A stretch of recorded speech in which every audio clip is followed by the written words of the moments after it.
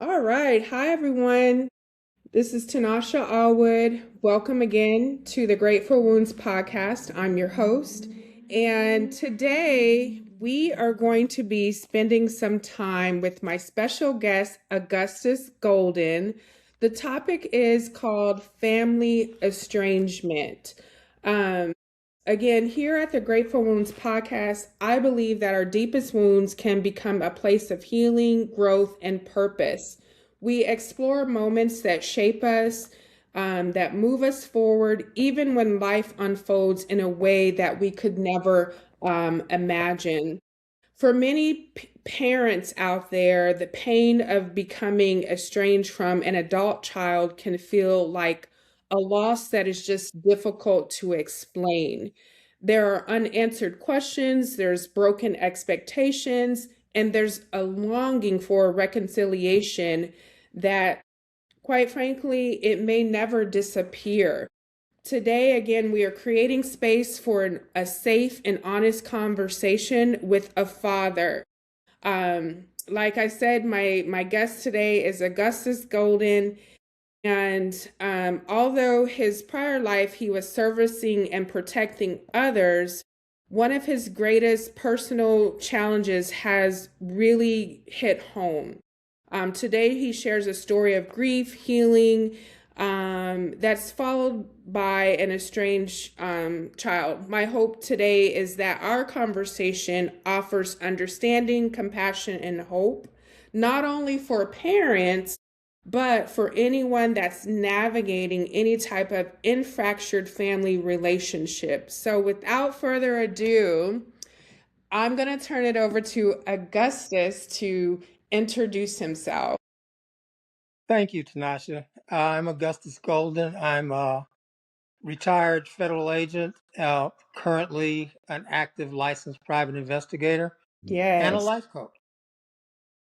Awesome. So, thank you for being here. My first question is, can you take us back to the day that you realized your child, um, you know, no longer wanted to have a relationship, or just, walk us through your story? Sure. Uh, my daughter and I were really, really close. She was the only child of a previous marriage. And, I was, she was a track prodigy. I was a track person, and I ended up being her coach. Hmm. So, that just, we were together all the time. She Yeah. used to tell people that she was a daddy's girl. And, we, as coach and athlete, we went all the way to the Junior Olympics. She was a regional champ. Life was good. Yeah. We got along swimmingly well, as they said. When she went to college, she decided she didn't want to run track anymore. And that created a little like, I wasted all these Saturdays and Sundays and you don't even want your track scholarship. But it wasn't anything that was ever serious. There was no break in communication or affections because of that. Uh-huh. But she did decide that she wanted to go to Italy to do some exchange student type stuff. Okay. And it was actually a Cal State Awesome. Northridge I know. program, which you might be familiar with. So she goes to Italy, and we're talking on the phone, pretty much regularly. And one night, one day, she calls me up. Sound keeps going out. She calls me up and she says, "Dad, why didn't you tell me that mom is not my real mom?" And I'm like, "What are you talking about?" Yeah. And that was the beginning stages of schizophrenia. So Can't hear you. she ended up in free hospital over there in Italy. Thank God it didn't happen here. But if you get sick in Italy, they take care of everything for free. So anyway, she was in the hospital. I grabbed the plane. I grabbed her mom. We went over there. She was hospitalized for like 12 days. they diagnosed her with schizophrenia, and she, of course, couldn't stay in the program because she had missed so much time. Hmm. So she came back to the States, and we got her in, a program, you know, to get some treatment. And she ended up getting in this, what they call, total immersion program, where she went Monday through Friday, 8 hours a day, of just therapy. Yeah. And somewhere in that 8 hours of therapy, some someone decided that I was the problem. So I got a call from her, and she said, well, I got a call from her mother, and it Uh-huh. said she's uh, she's taking a break from you, and she'll call you back when she's ready to resume. And I'm like, okay, and I didn't think much of it. In fact, when her mother and I separated when she was 14, Okay. and when she was 16, she decided to come and live with me, which she did for about 6 months. And then during that whole time, she was like, my mom is just this, that, and the third. And I was like, no, no, no. Your mom loves you. We got to work this out. And after about 6 months, she went back to her mom, Okay. and then graduated and went on to the rest of the story I told you about. So, uh,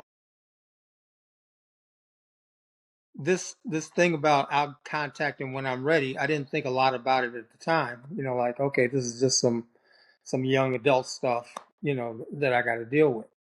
Right. And uh, then when we finally did meet, it was very pleasant. Like it was no time had really passed, but I could tell that there was something there There. Yeah.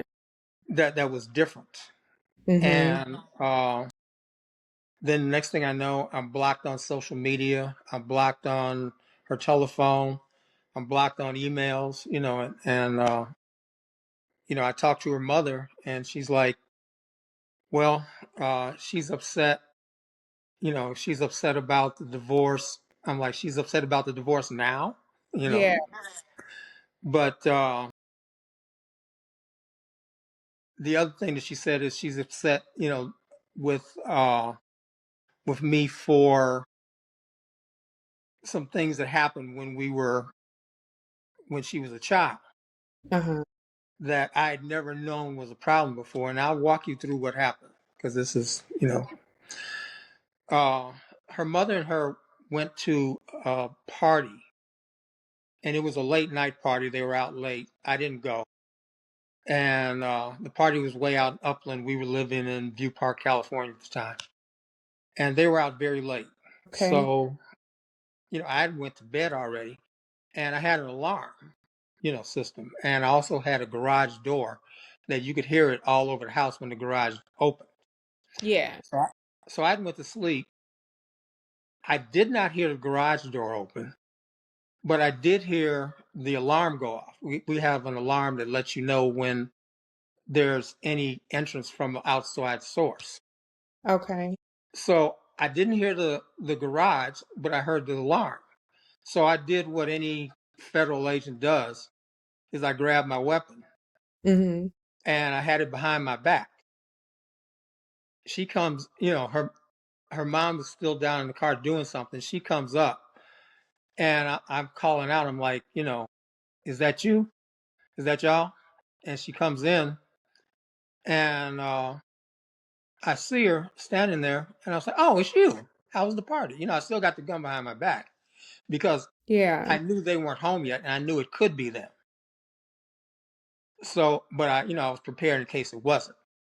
And Right. so, how was the party? She said, the party's fine. I'm like, okay. So I just dropped the gun down to facing the floor, turned around and went back to the bedroom. Okay. Never heard about that story again until came time for divorce.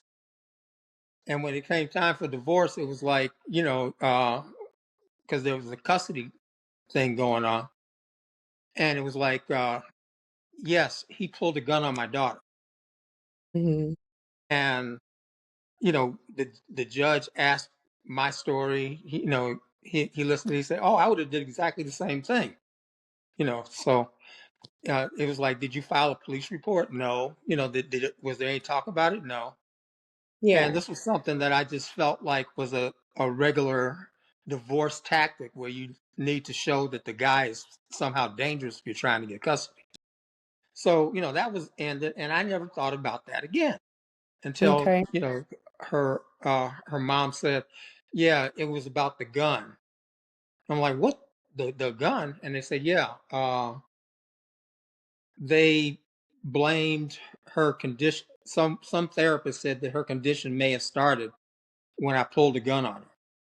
Which I Mm, never did. I never pointed the gun at her. right. Right. But it was late. She was just waking up. The defense attorney and her mom might have said, "Hey, remember when he pointed a gun at you?" And that might have gotten lodged in Like a her. trigger or Yeah, lodged. That might have been the way she remembered it.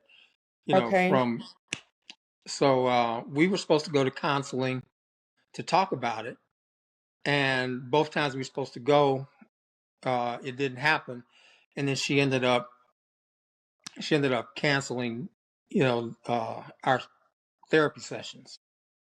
And as it stands now, I don't hear from her. Hmm. My son was recently ill, and I told her mom, and she did reach out to him because she had him blocked too, because he was telling her, like, "Hey, you need to call dad. Y'all need to squash this." Right. And Right. it's very difficult because I know that it's not anything I did. I know it's based on mental illness. Okay. But I Okay. do know that there's a culture of therapists out there that are encouraging You're children to breaking cut off up. their parent. It's like the thing to do. Like if anybody bothers you, if anybody disturbs your peace, whether it's your father, your mother, your or whoever, cut them off. And that seems to be the prevailing way of thinking these days. Not work it out, cut them off. And that's where unfortunately I stand now. So, how long has it been? Well, the last time I actually saw her and talked to her was Father's Day 3 years ago. 3 years ago. And the reason I asked that question is well, first of all, thank you for sharing because it's not easy to be vulnerable and like share your story and share your stuff. Like that's a lot. The reason I asked, we're talking about this topic of family estrangement. I went through a period in my life where I didn't talk to my mother for an entire year. Like, you know, I was in college, came home and found that she had applied for some credit cards and all this stuff in my name.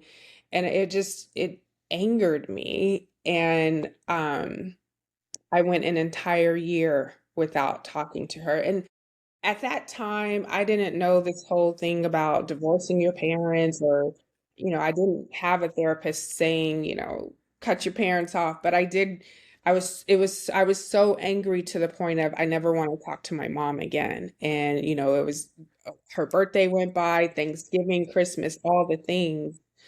Um, Looking back now, you accept your parents for who they are and you wish you could do things differently and you're grateful for like, where you are now. So, um, but going through that, it was tough and it's like, how can you not talk to your mom?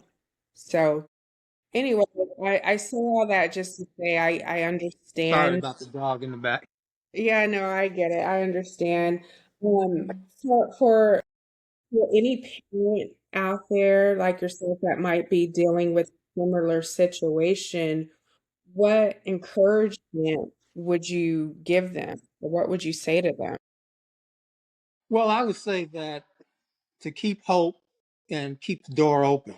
and not to say anything out of anger that could be, uh, further alienate themselves, because she was like this, like I said earlier, with her mother too, and we worked through that.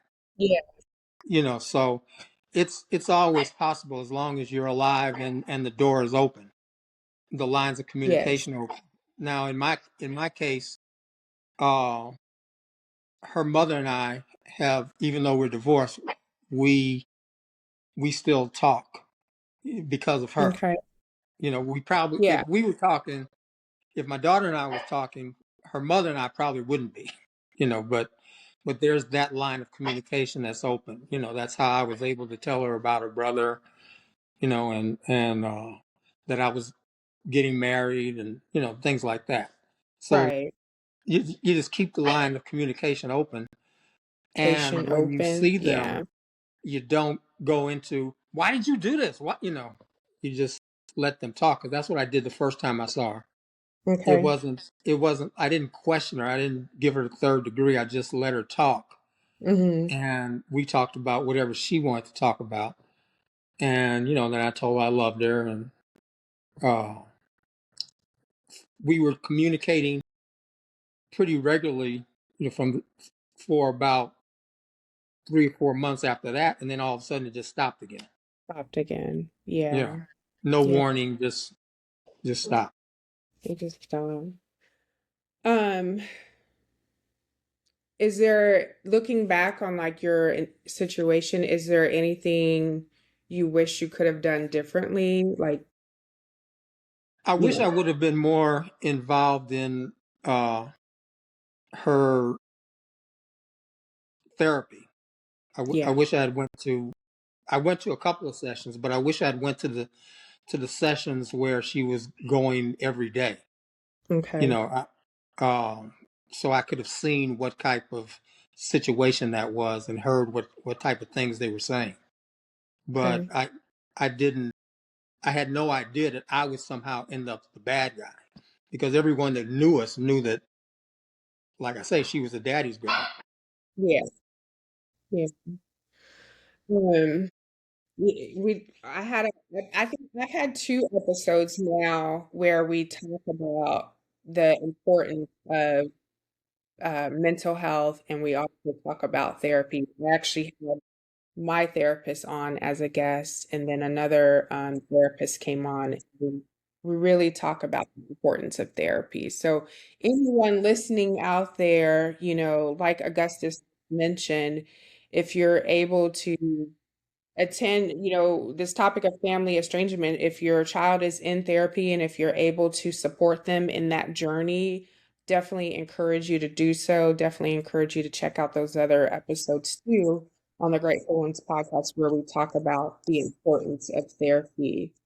Um, Augustus, how do you continue living with a piece of your heart? I know, like, this has got to, tug on your heart every day when you think of your child. Like, how do you continue living and going forward when a part of your heart probably feels missing?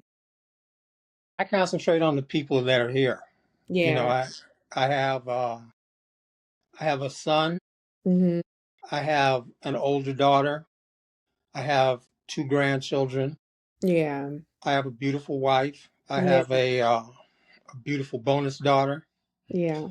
And you just concentrate on the people that are there, not forgetting the other people, Right. but just realizing that your options are limited.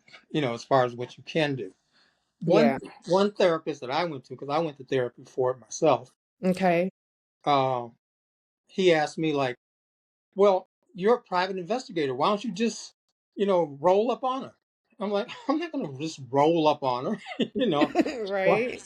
hey, that was my last therapy session with him, because I Right. was, but you just keep the doors. I just know that, and I don't even have delusions that it's ever going to get better. I'm hoping, like, I'm cautiously optimistic, but I'm like cautiously, because I know possibly this could not ever repair itself. But I go by like I say, the people that I do have, the people that do love me, the people that do want to be around me. And Yeah. and I feel very blessed, you know, for them. Yes. Yes. Do you pray? You pray at all? Every day. Every Every day? day. Yeah. She's the first thing on my prayers every day. Yes. Yeah. I mean, I'm not a therapist or anything like that, but I do have my faith, and I just lately have just been praying about everything, and I'm just can reflect back on my situation too, like during that year period of not talking to my mother. There were times, and I like to think so too for her, that he was praying for our reconciliation. And for me too, like a year is a long time to go without talking to your parent, right? And so there were times that I would, pray that her and I would be able to get um back on a path. Our relationship was like never going to be the same, but at least have that relation, some sort of relationship. So anyone listening out there, definitely encourage you to tap into your faith, whatever that might be, and stay lifted up in prayer. um as we talk about like our parents, do you believe a parent can survive heartbreak, the heartbreak of like their child kind of, divorcing them? Do you believe parents out there can survive that? Yeah, people survive death, Yeah. deaths of children, Yeah. and God bless them when they do. So if God can give you the strength to survive a death, He can give you the strength to survive an estrangement. Yes. That's good advice. Um, okay. So one other question, for anyone listening, like right now, who it's funny, let me say this. I met someone who they are too dealing with family estrangement, not to go too far into their business, but they have a child that they're estranged from. Let's say they're listening, or anyone else out there listening to our conversation here today, what advice would you give to the parents that might be dealing with this? Well, again, keep the lines of communication open if they have any lines of communication. Uh, don't be a stalker, you know, and don't don't be mad at them.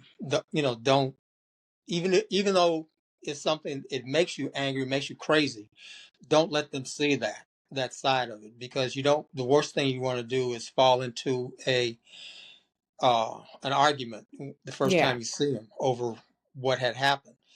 And also, uh, I was reading somewhere where some lady decided to come back into her mom's life, and she said, "Yes, we can try this, but this is how we're going to do it. We'll do it only by email." And she had just like a laundry list of do's and don'ts to the relationship. Like this is the way it's going to be. Yeah. And Wow. the parents said, "You know what? I don't think I want to do that." Right? So don't put yourself in a situation where you're just like being a slave to their whims. You know, uh, because that's not going to work out in your favor either. It has to be something mutual. And do explore therapy. Do explore couples therapy as a parent and a child.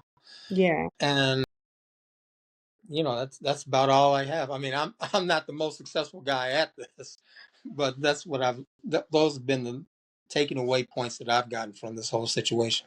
Yeah. and, Well, and stay happy. Stay thank happy with your life. People come and go out of your life all the time, and I know that's not something that a parent wants to hear. Yeah.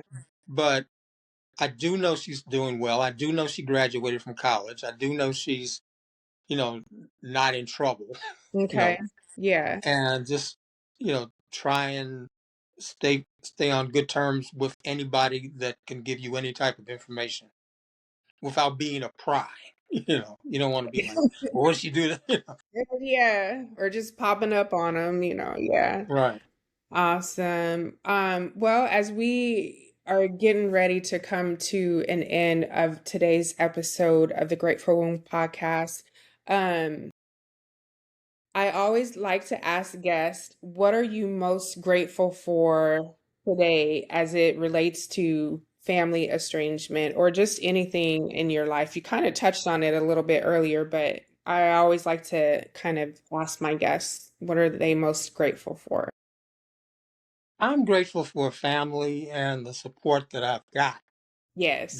from family. Yeah. And I'm grateful that there are people that know how our relationship was before this, Right.